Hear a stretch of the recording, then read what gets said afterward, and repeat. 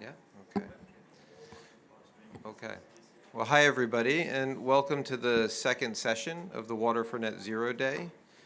Here we'll be discussing how to enable a resilient, clean energy transition. My name is Josh Weinberg. I'm a senior policy advisor at the Alliance for Global Water Adaptation. I'm also the coordinator for the Water Initiative for Net Zero program there.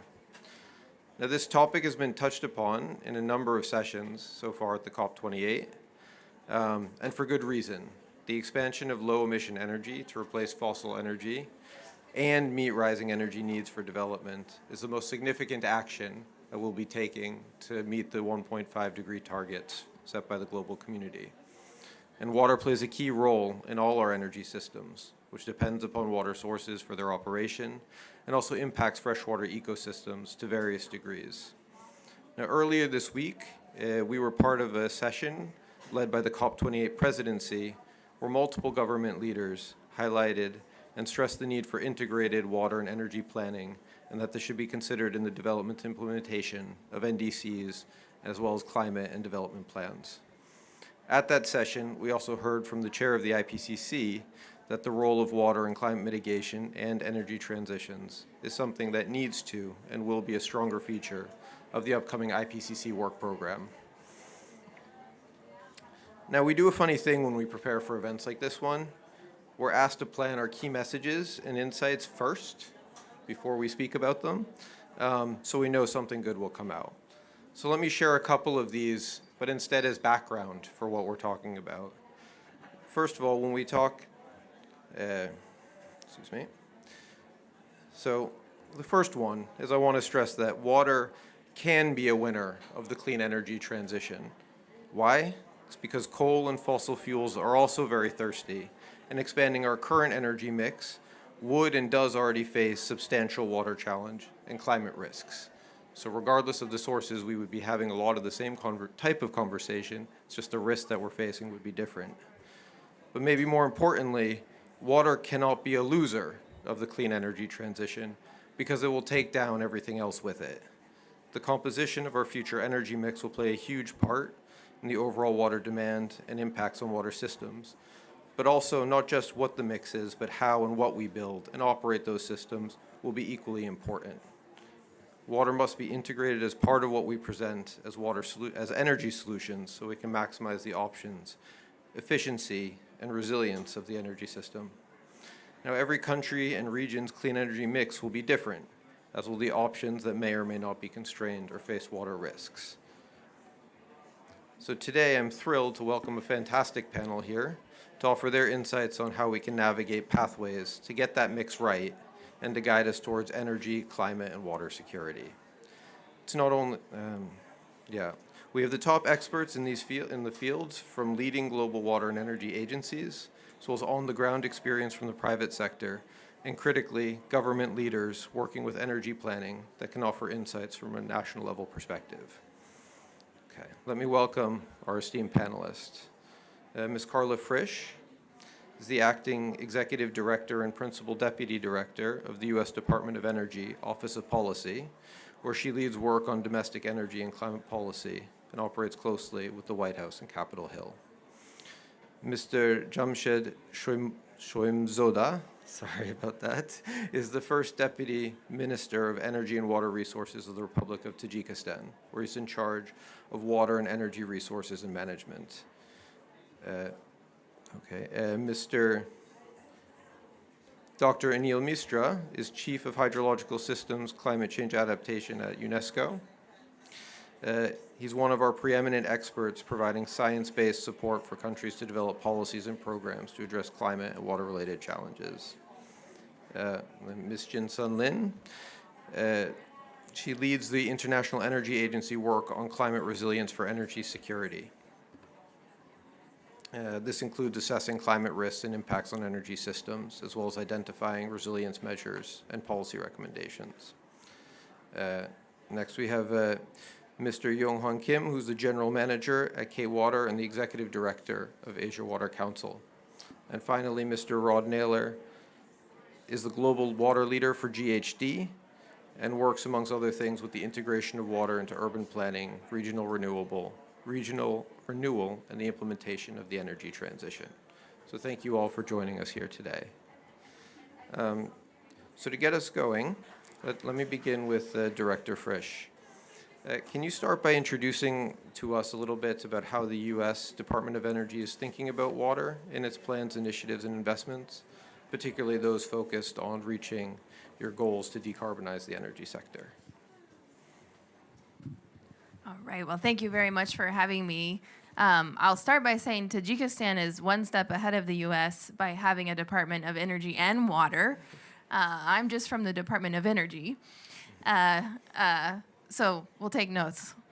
The way we address water, we work across federal agencies, across 13 federal agencies in the U.S., and that means a lot of information sharing. So I'd say we have the work in 4 main areas. One, of course, is water for power. You know, we have a hydropower program. We have a lot of dams in the U.S. That don't have hydropower on them now. And through our bipartisan infrastructure law, we're investing $750 million in expanding that work.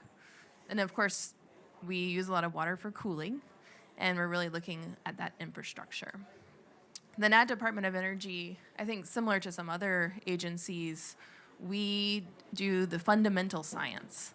So looking at how water interacts with other materials, and that science really helps us with thinking about what's the future for more efficient filtration? What's the future for more efficient water use? Then we do a lot of work in technical assistance, I think similar to our global organizations here. So one of the ways we do technical assistance is, for example, with our wastewater treatment facilities.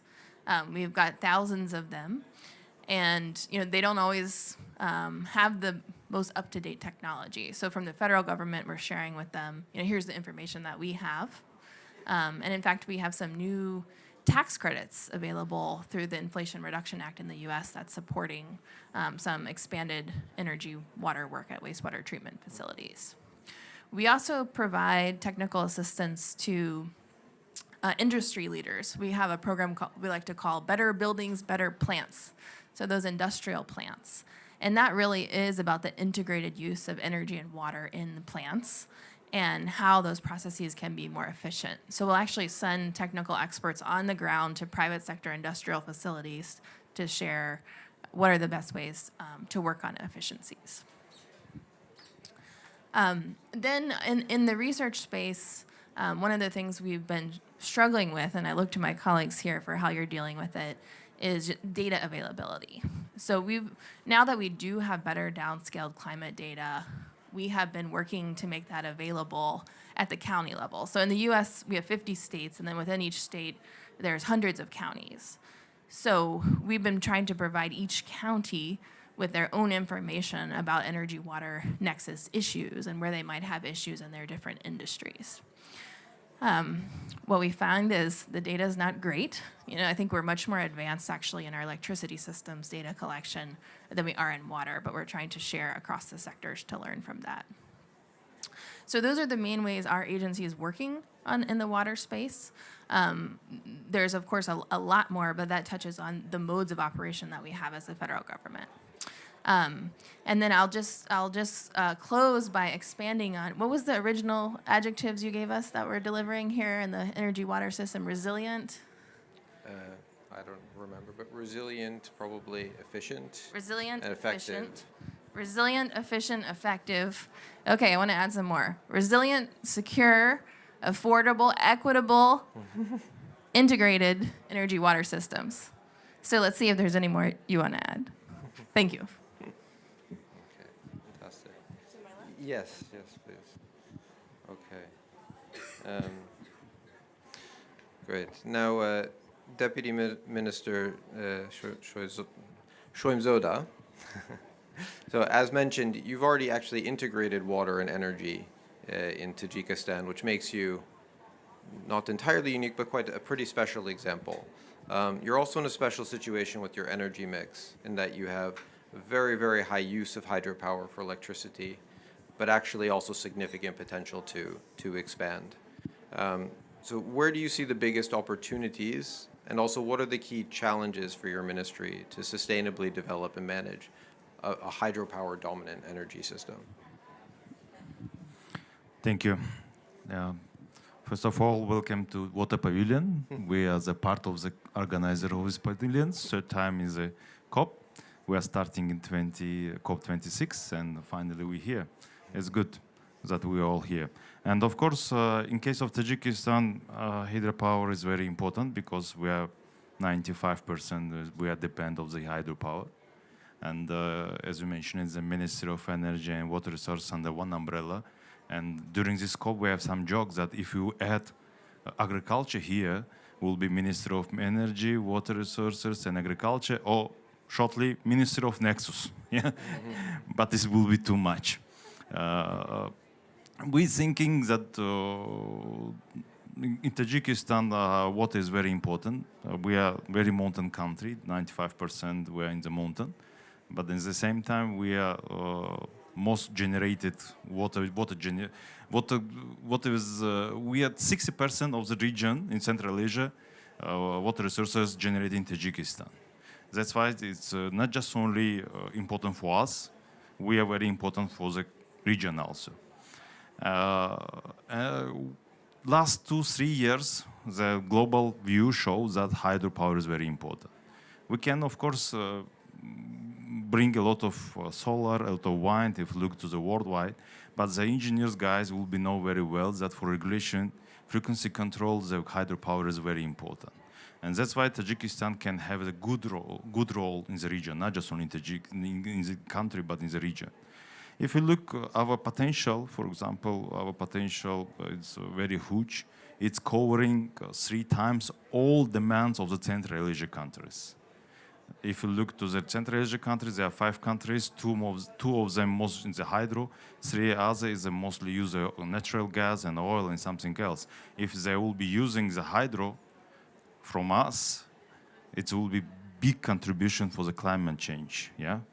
We also have a good project which will be selling energy. We're trying to do it in Pakistan. And if it's one project, small project for export electricity to Pakistan, has a very big contribution for Pakistan development. And at the same time, it just only 2.2 million ton will be emission will be reducing. It's not just only is a commercial interesting, also in the interesting in the climate change. But at the same time, we are facing with big problems. Mostly problems is climate, because we are losing last 30 years, we are losing more than 1,000 our glaciers. Glaciers, as we all know, is a natural storage of the water, yeah? And we are the top countries who are very reflected to the climate. And if you look to our data, we understand that dry years and flood years coming very frequency. It's very changed, yeah? Our monitoring system, which was established 50, 60 years ago, we understand is that we should change everything. We should change approach of the predictability of the water, of the investigation, everything. We are now working on this field. Because our hydro, not just only generating water, generating energy, also is a big tools for the downstream countries in dry years.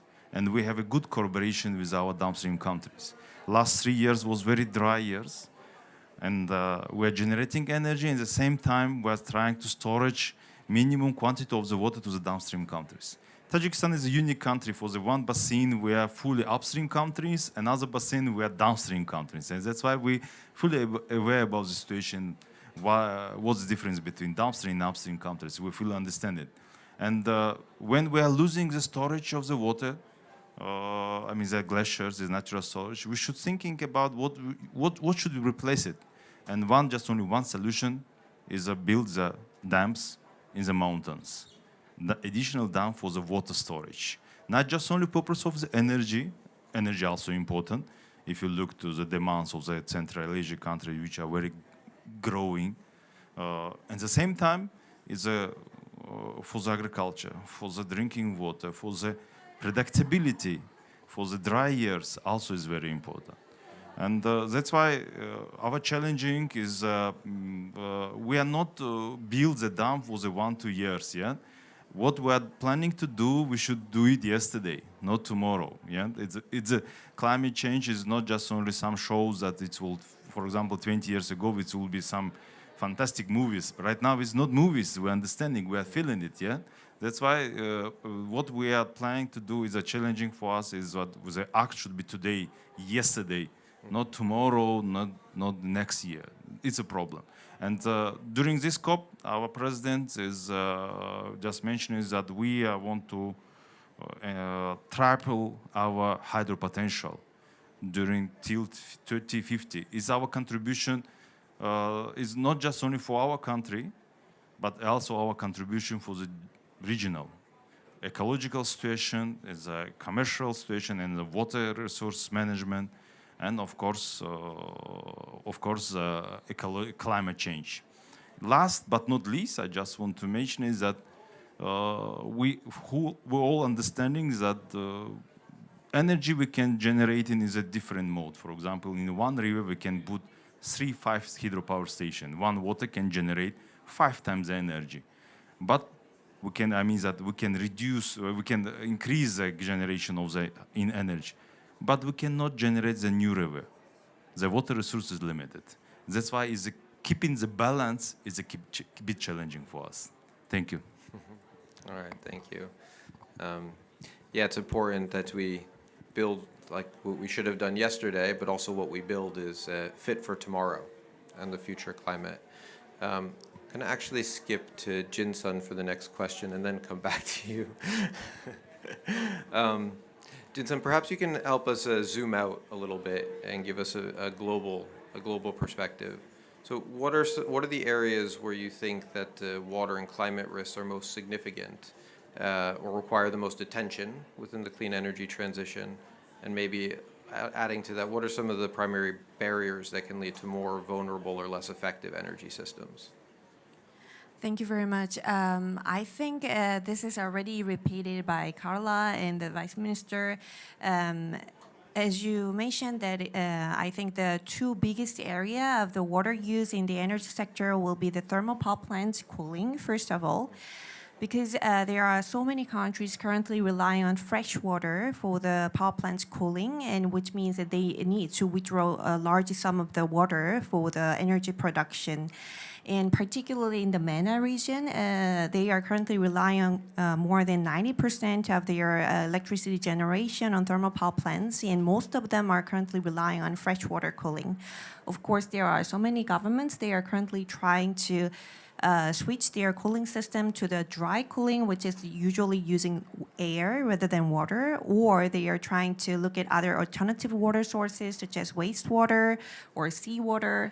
But still, there are many of them are currently suffering because of the decreasing precipitation and water flow due to the climate change and increasing frequency of the droughts. And also in terms of the hydropower, so IEA has conducted some of the climate impact assessment for 3 different regions. Unfortunately, we didn't cover the Tajikistan. We covered the African countries, and also we covered the Latin American countries and some of the countries in Southeast Asian hydropower. And what we found is that there are some countries which are heavily relying on hydropower generation, but they are likely to experience the significant decrease of the hydropower generation due to the climate change. For instance, Latin American countries, which are currently relying on over 40%. Actually, when we conducted the research, it was 45% of the total generation. And they are likely to experience about like around 10% of the decrease in the hydropower generation due to the climate change by the end of this century. Of course, depending on the scenario, low emission scenario, a little bit less, and high emission scenario, which would be a little bit more. So we realized that this kind of climate impact assessment for these countries are really essential. And also North African countries, for instance, Morocco has been traditionally quite a lot relying on hydropower for their renewable energy generation.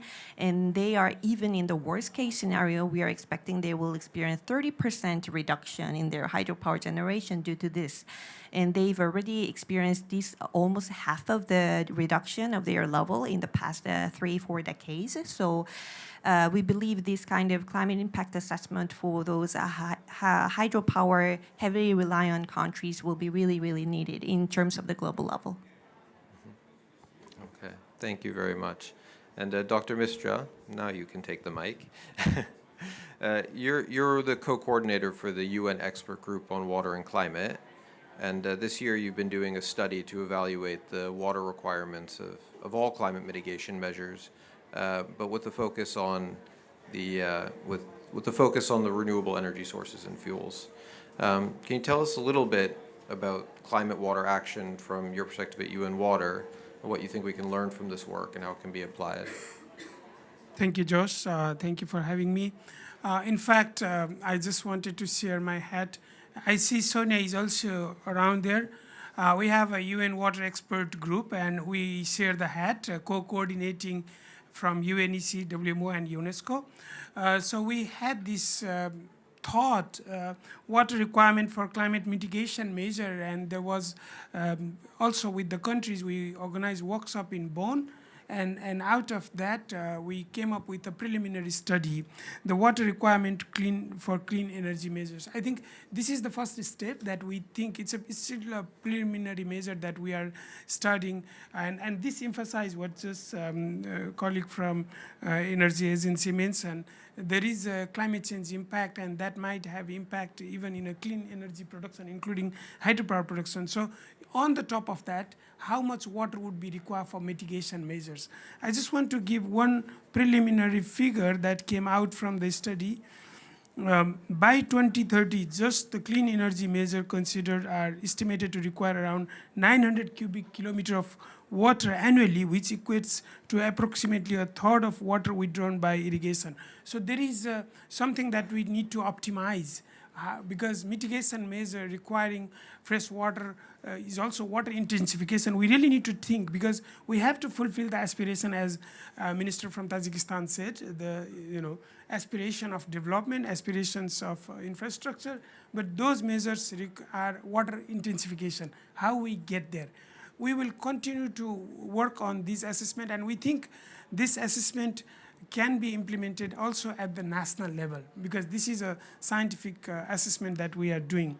And now I would like to put my UNESCO's hat. UNESCO proposed, that's why global scientific assessment of water resources, what are the country needs, and this needs to be validated. And something like we call upon IPCC report, we need to have a intergovernmentally validated water assessment report. So this is something that we are going to present this evening at IPCC WMO panel. But anyway, coming back to this water requirement measure for and water dependencies for mitigation, we need to go into the details, and the parameters, the boundary conditions are changing. So this study perhaps can give some insight, and since IPCC's secretary and chair mentioned that this will be considered during the 7th cycle, I think the governments and also scientific community really needs to raise their voice so that it can be considered in the next cycle of IPCC. Mm-hmm. Yes, thank you, Anil. Fantastic. Yeah, and that study, one of the things that it's looking at is also all of the different requirements of the clean energy mix. So when you look at batteries and you look at storage, and so solar and wind power, for example, have a low water footprint, in direct operations, but they might require pumped hydropower for storage. So it's looking at all of these types of things so we can sort of get an idea, and also how it might change the water risks. It might displace them to other places. So solving your energy issues in one country might lead to water risks in another place. If I can move to Rod, maybe we can go back down to the ground a little bit. Well, first, you can introduce a little bit about how GHD works with water and renewable energy programs, but also from your perspective, what are kind of the common issues you would find that puts an energy investment at risk or challenging to implement? Or also, on the flip side, when you look at energy developments that you feel are very secure prospects, what do you think were the measures that sort of enabled that? Yeah, thanks, Josh. I guess, yeah, just a bit of a start. GHD, we're a global engineering firm, and a little unlike, although we're the kind of people that Carla, I think, works with on occasions.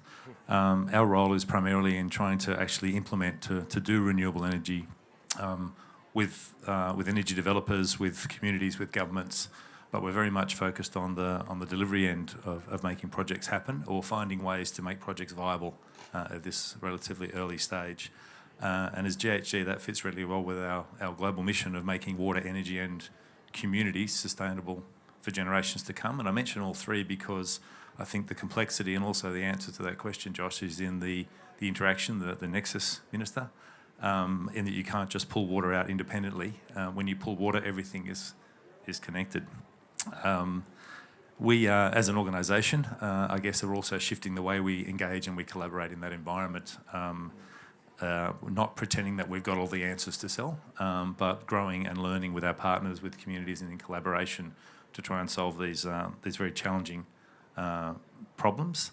And also helping, I think, to try and understand not simply the nexus, but the impact in true sustainability in terms of lived experience of the outcomes. And I think moving engineering away from an asset life cycle mindset to a human lived experience, social, cultural implication really changes the paradigm of how we go about thinking about renewable energy projects, and then begs us to actually integrate and consider the other implications. My job as the global water lead for GHD means I have the rare privilege of being an advocate for water in those conversations, working hard to convince governments, to convince developers, and even to convince some of my own colleagues and peers of the important and central role of water in renewable energy projects. And it's in doing that, I guess, that we see some opportunity, and where we see a lot of issues in terms of the risks and implications that we bump into of trying to make projects viable and to work.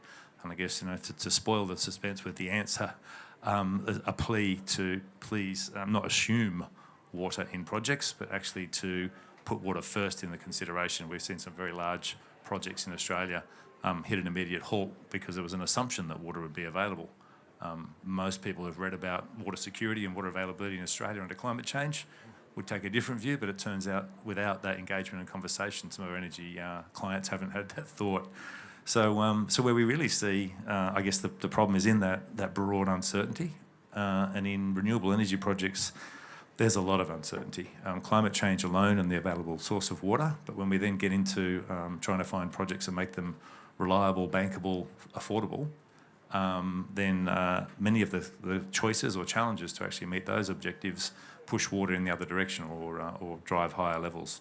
If we're talking about hydrogen alone, technology choices affect dramatically the amount of water that might be necessary. And I guess one of my personal concerns in the industry is there's a lot of assessment and talk about hydrogen, the base of water based on water as a feedstock only at 9 litres per kilogram of hydrogen. But we all know that water doesn't appear like that. We might need 12 or 15, depending on what we're using, to make the 9. But I've got news for the hydrogen industry, I guess. That's the easy bit and the small bit.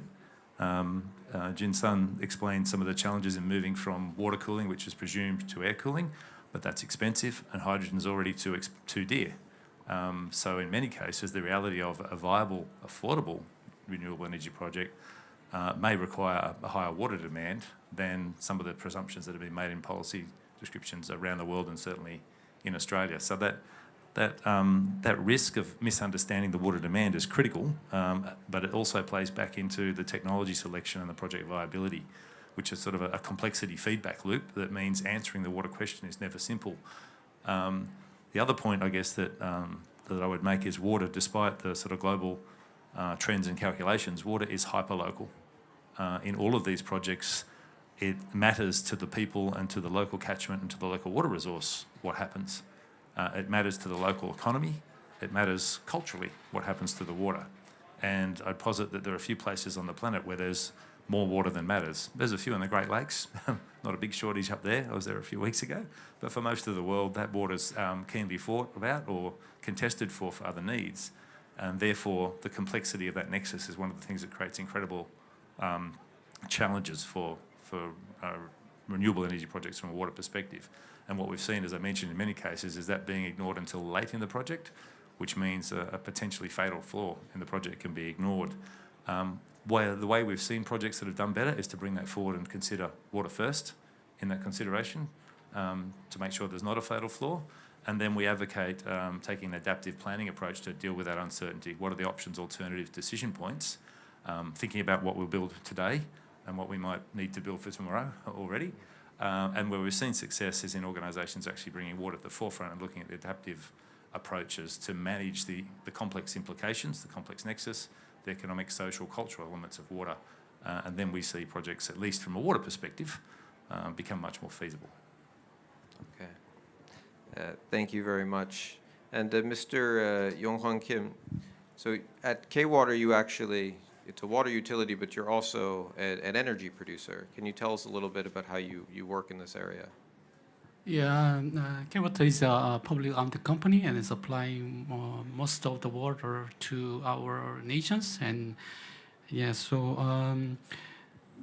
yeah, producing the water, the energy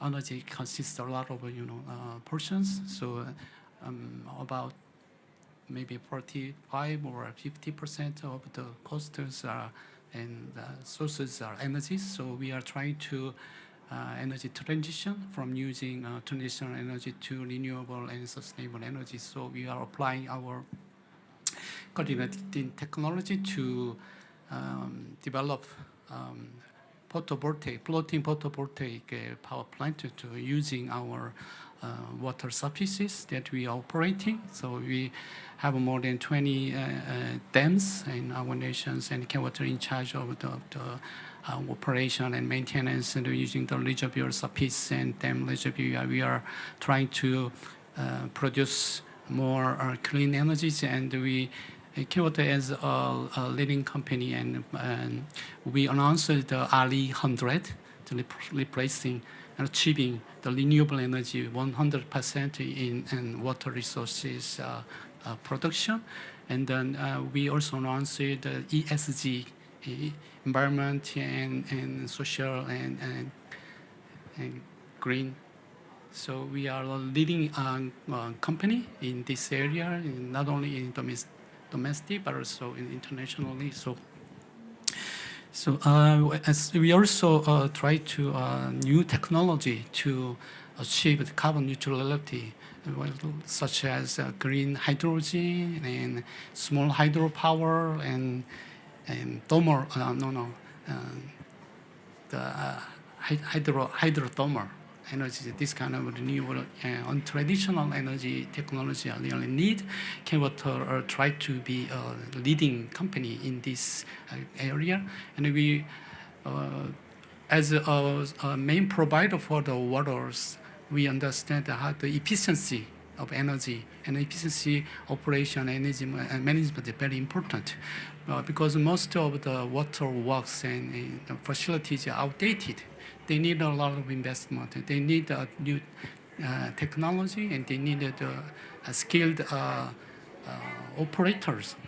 So we are replacing the outdated pipes and facilities with a huge investment. And in this area, we work together, Asian regional countries.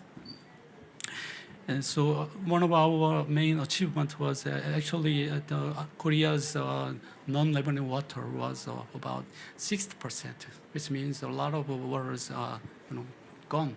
But we'll increase the NRW to 8% nationally. And then we also trying to cooperate with Asian countries to increase the NRW rate. So yeah, this is what we are doing, and we are we're doing for the achievement of net zero. So we welcome to work together with the other energy sectors, players, and Asia and other countries' government to achieve accelerated SDG 6 and carbon neutrality in the water sectors. Thank you. Thank you very much. You can keep the mic there, Jin-san.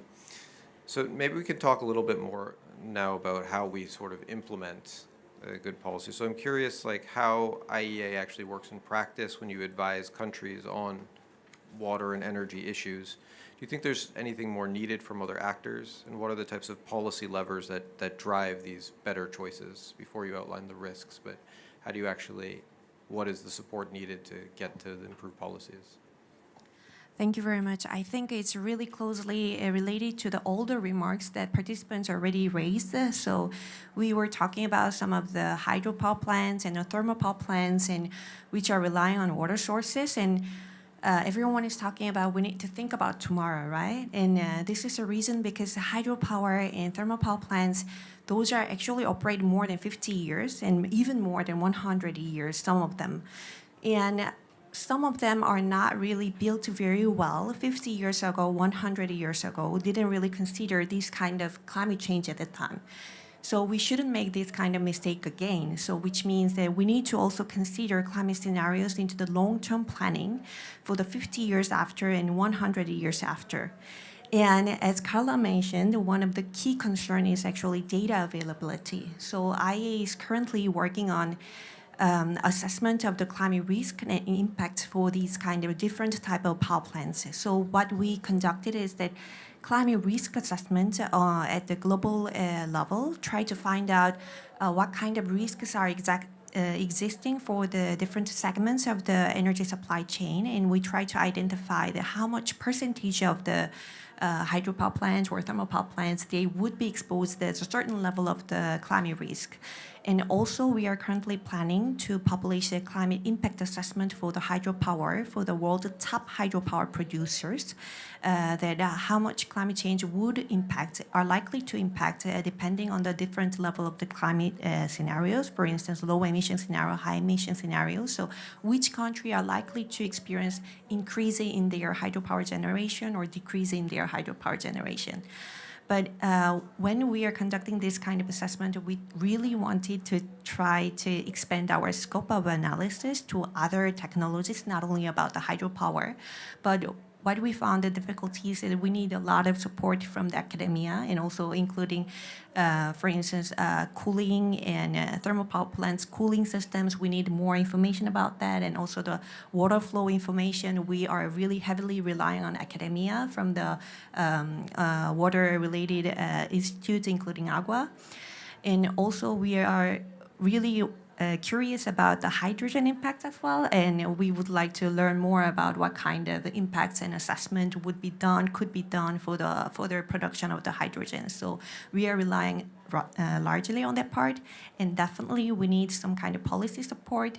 Unfortunately, energy sector policies are really concentrated on mitigation in many countries, and according to the WMO's latest report, they said around 40% of the NDCs are not really talking about energy sector adaptation, while other sectors, for instance, water and agriculture, are talking a lot about the water and adaptation. So we need to try to integrate and mainstream energy sector's adaptation, resilience against those kind of climate change impacts will be really needed. Thank you very much. And also I would add bioenergy is a very critical one, is probably the thirstiest of all our energy options, and also the carbon sequestration options that we add also can have very high water demand. Carla, I'd like to ask you a little bit to respond a little bit to sort of what Rod was raising, about how do you, within the Department of Energy, work with different stakeholders so that they can implement and inform better policies, and so that they're prepared so you don't run into some of the situations that he's describing. Right. I think he was accusing us energy people of being water blind. What do you think? Yeah. Okay. That was it. Okay. Well, I can fight back with this information about what we're doing at Department of Energy, which is we work with a lot of the electric utilities across the U.S. to help them think about how they plan for water availability for all the uses you were talking about, for hydropower, for cooling, and then with the changes to each of their regions, what is that water availability going to look like, and what are the other demands on it? So a lot of our electric utilities have something called an integrated resource plan, where they're planning out, like, okay, we're going to have this much nuclear, this much wind, this much energy efficiency. And so we're working with them to integrate water into the integrated resource plan. So you don't do the energy first and then think about the water later. So it's a work in progress. But the other thing too is on the energy technologies in the R&D space. I mean, you mentioned CCS. Some of the research we're doing is on the CCS brines and what we can do with that water more effectively. Or you mentioned the hydrogen also. We have work on electrolysis with seawater or electrolysis with water that's not pure. That could open up a lot of opportunity instead of using that fresh water. So that gives you a sense. Also, extraction of critical minerals from wastewater. We think there's quite a bit of opportunity there, including from those CCS brines. We're all looking, in the energy space, all looking for critical minerals across the world, and there's some opportunity there. So lots of opportunities in research to set us up for the next 50 or 100 years. And we're actually kicking off a study this year with our own National Academies of Science about large-scale energy water demonstrations. And I want to invite my panelists to give us some tips about what we should be including in that for the U.S. Okay. Thank you. Now I have questions for Dr. Mistra and Minister Shrimzoda. Jin-sun has sort of laid out a lot of the questions about the essentially being the water risks within hydropower and with climate planning, and also noted that only 40% of countries are integrating adaptation resilience within their energy planning. So, Dr. Mistra, this is sort of your exact field of expertise. So how can countries sort of effectively manage uncertainty, and how could that be used within the water and energy systems? Yeah, I think we have to live with uncertainty. What we call in hydrology, stationarity is dead. So past is no longer relevant to future projection. That means that we need to have a real-time observation. How do we do that? What we call climate risk-informed decision analysis, really engaging, and I would like to quote, water is a hyper-local issue.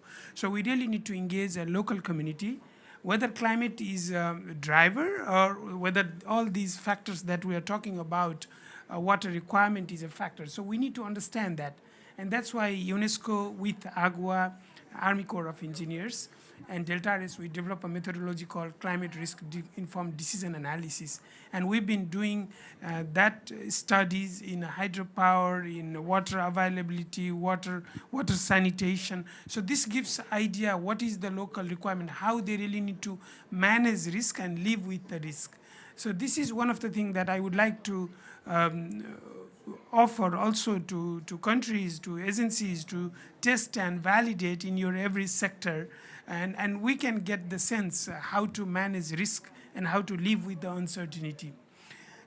With that, I need to go to another session to moderate, so I probably need to skip the Q&A. I apologize. Okay.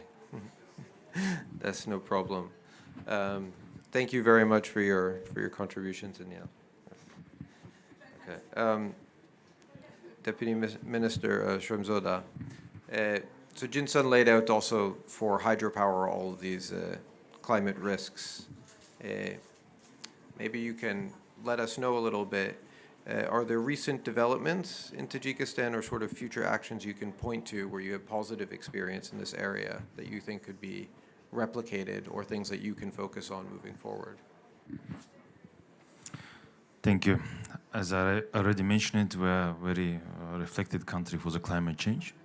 And we are in the top 10 countries who are choosing as a pilot countries for the climate change mitigation and resilience issues. And after investigation, what our scientific guide present us, we should build hydropower. It's just only one tools which will be now acceptable, but it's very important to build the hydropower and dams for water reservoirs in the right place and the right direction, because for minimizing any ecological aspects. Of course, the if you are very frankly speaking, yeah, when the Homo sapiens starting the route from the Africa to the world, while the ecological system starting to die, yeah, that's why any activity of the people is bring some negative impact to the climate, but to the ecological system, to the climate also. But we choosing the right place for the hydropower. Especially, I'm not just promoting my country, I'm saying that from the worldwide is very important. And at the same time, it's, as I mentioned before, we're just only switching from the natural storage, glaciers, to the water reserves for the dams. But we also should, very important, just only the revolution, the people should be made on the brine, yeah, here. Because if you look to the energy sector, it's very commercial. When we're talking about the energy efficiency, the industry companies will be, no doubt, they are trying to implement because they have a bill, yeah, and they are very sensitive for the people, for the families, for everybody's. But when we're talking about the water, water is very social. Yeah, if you look to the whole wide, especially in my country, and agriculture also very social, it's just only subsiding from the government.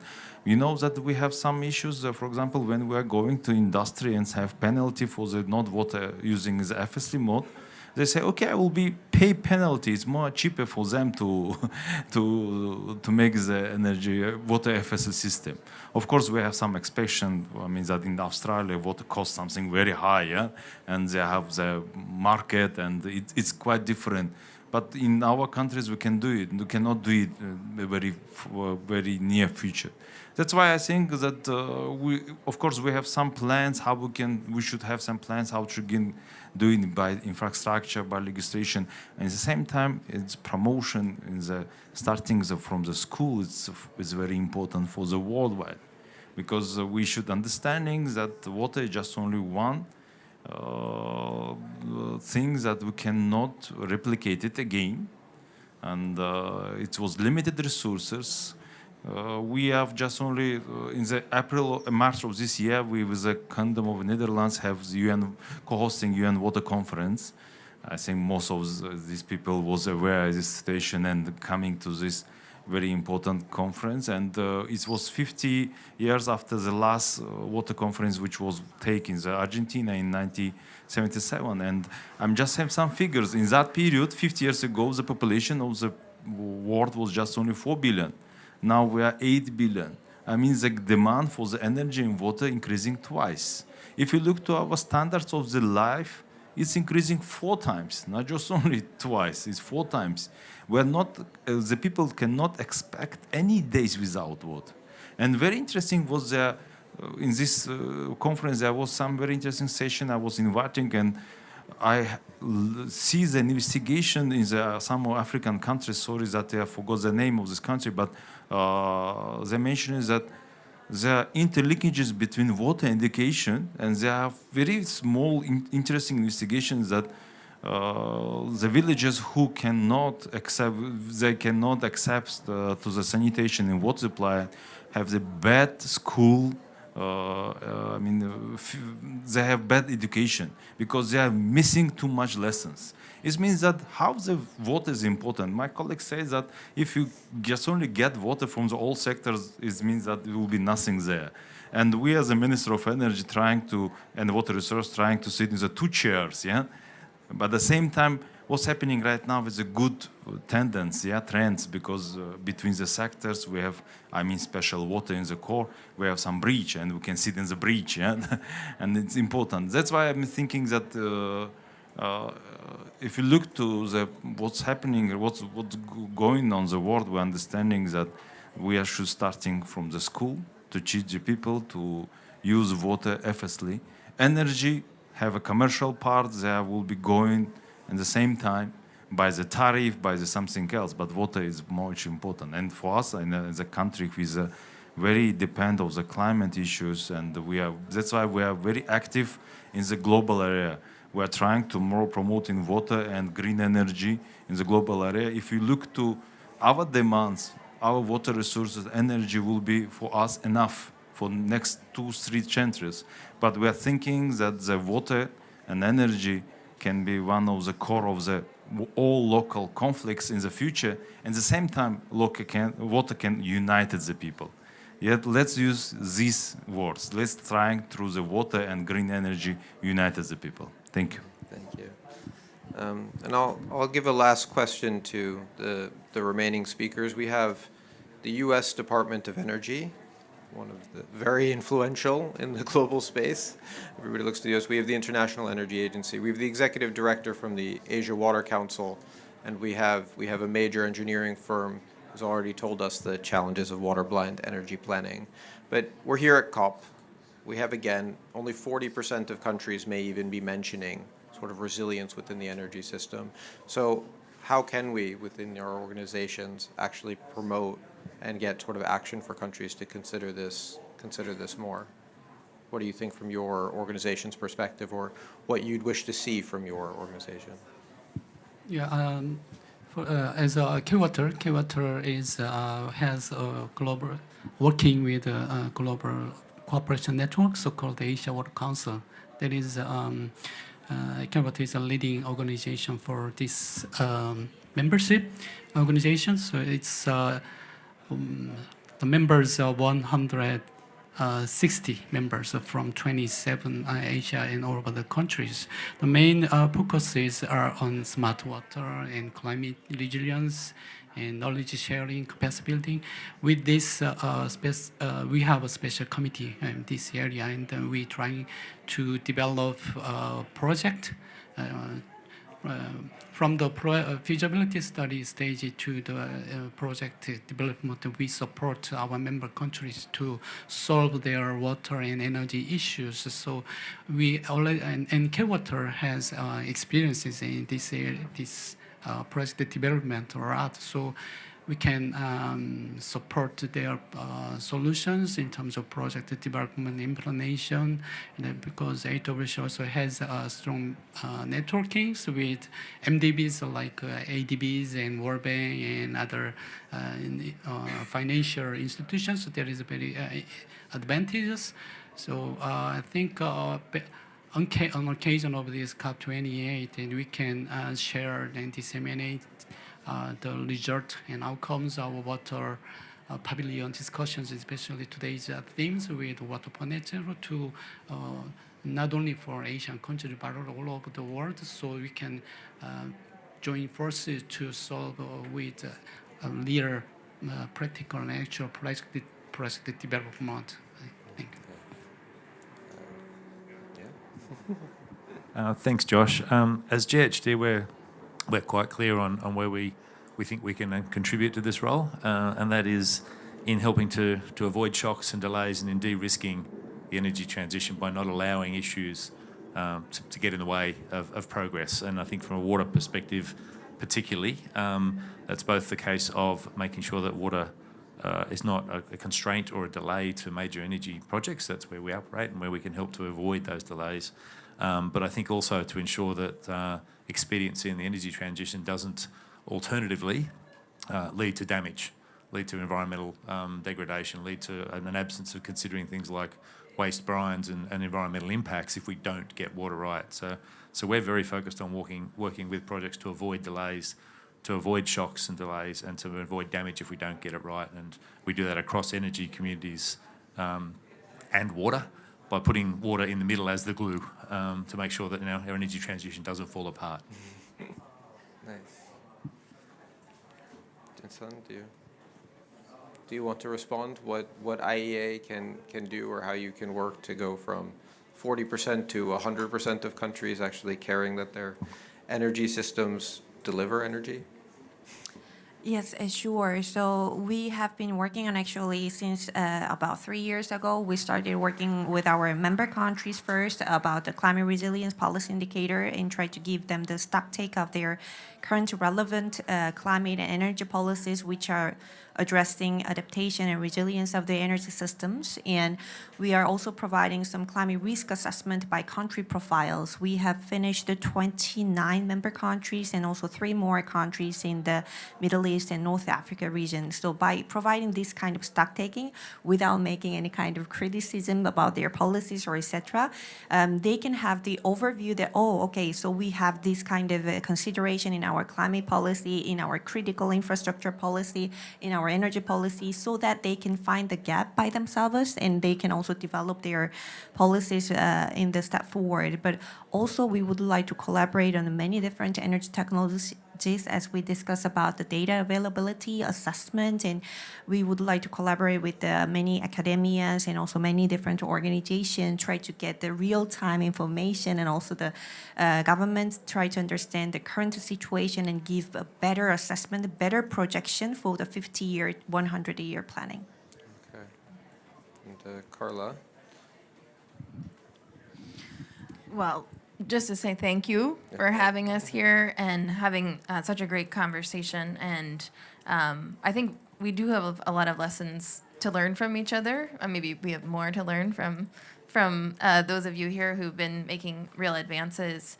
But especially, I think, as all of you are mentioning, we've got to go faster than ever before. And we didn't quite get things right the first time. So a lot to learn from each other on that front. Thank you for that. Okay. Yes. Yeah. Thank you very much, and for the great moderator. And of course, the theme of this session will be very important. I'm just want to end. I want to say that we all countries will become to this from 40 to 100, yeah. But some of them need time. But time is very expensive resource. They are not renewable, yeah. That's why I think what I'm getting here is that I'm should starting for my neighbors' country, discuss with them. Let's all of us starting from the neighbor organization, neighbors' countries, and then to come into 100. Because we understand that after 2, 10, 50 years, all countries coming to this. But the time will be for act will be delayed. Thank you. Yeah, thank you very much.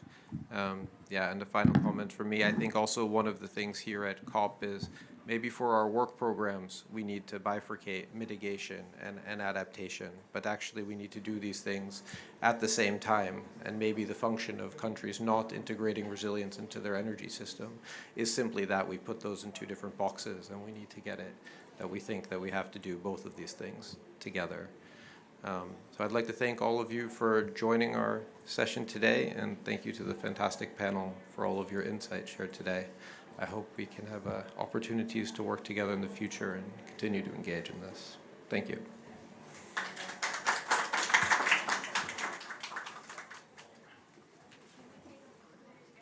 Yeah.